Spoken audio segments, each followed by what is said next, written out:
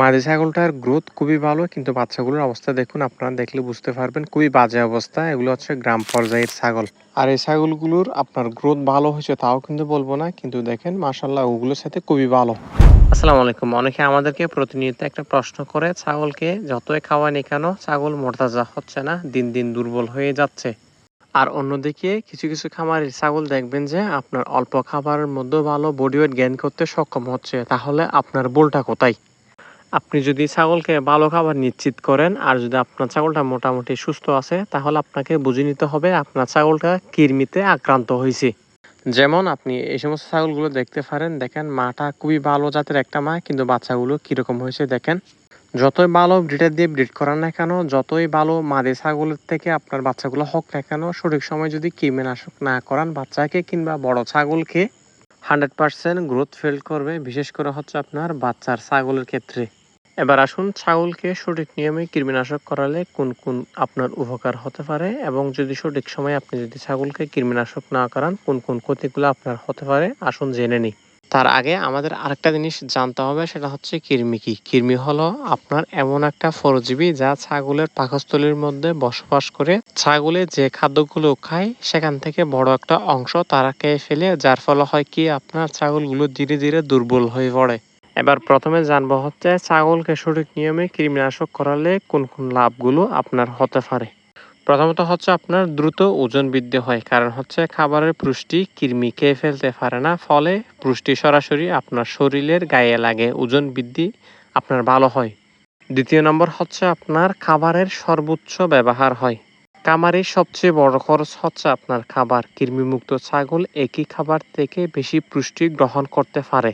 তৃতীয় নম্বর হচ্ছে আপনার বাচ্চার বৃদ্ধি দ্রুত হয়। বাচ্চা ছাগলকে নিয়মিত কৃমিনাশক করালে উচ্চতা এবং ওজন, শারীরিক গঠন স্বাভাবিকভাবে বৃদ্ধি হয়। চতুর্থ নম্বর হচ্ছে আপনার রোগ প্রতিরোধ ক্ষমতা ভালো থাকে। কৃমি কম থাকলে শরীরে রোগ প্রতিরোধ ক্ষমতা তুলনামূলকভাবে ভালো থাকে এবং অন্য অন্য রোগের ঝুঁকিও কমে। পঞ্চম নম্বর হচ্ছে রক্ত শূন্যতা কমে, বিশেষ করে রক্ত শোষা। কৃমি যদি শরীরের ভিতরে আপনার প্রতিনিয়ত রক্ত শোষণ করে, তাহলে ছাগলের অবশ্যই রক্ত শূন্যতা দেখা দিবে। আর যদি নিয়মিত কৃমিনাশক করান এই ঝুঁকি অনেকটাই কমে।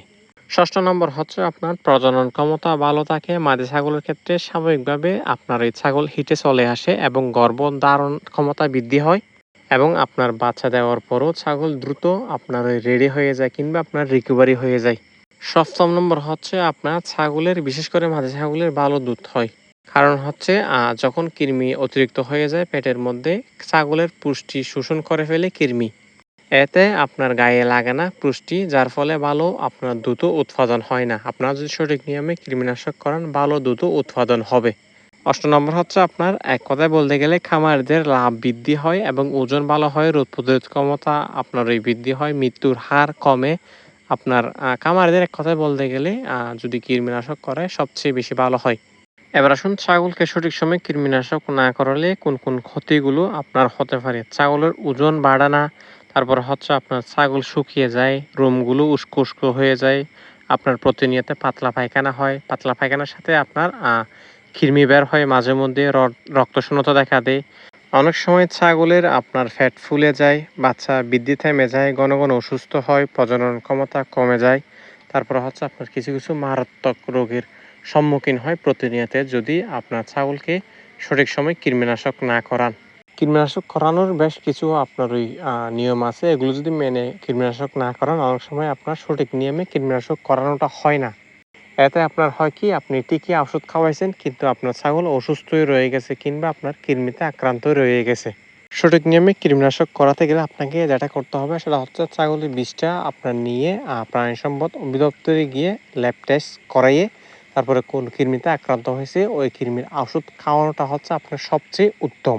আর যদি আপনি ওইগুলো করতে না পারেন, ভালো একজন পশু চিকিৎসকের পরামর্শ নিয়ে কৃমির সঠিক ডোজ মেনটেন করে ওষুধ খাওয়ানো হচ্ছে আপনার উত্তম।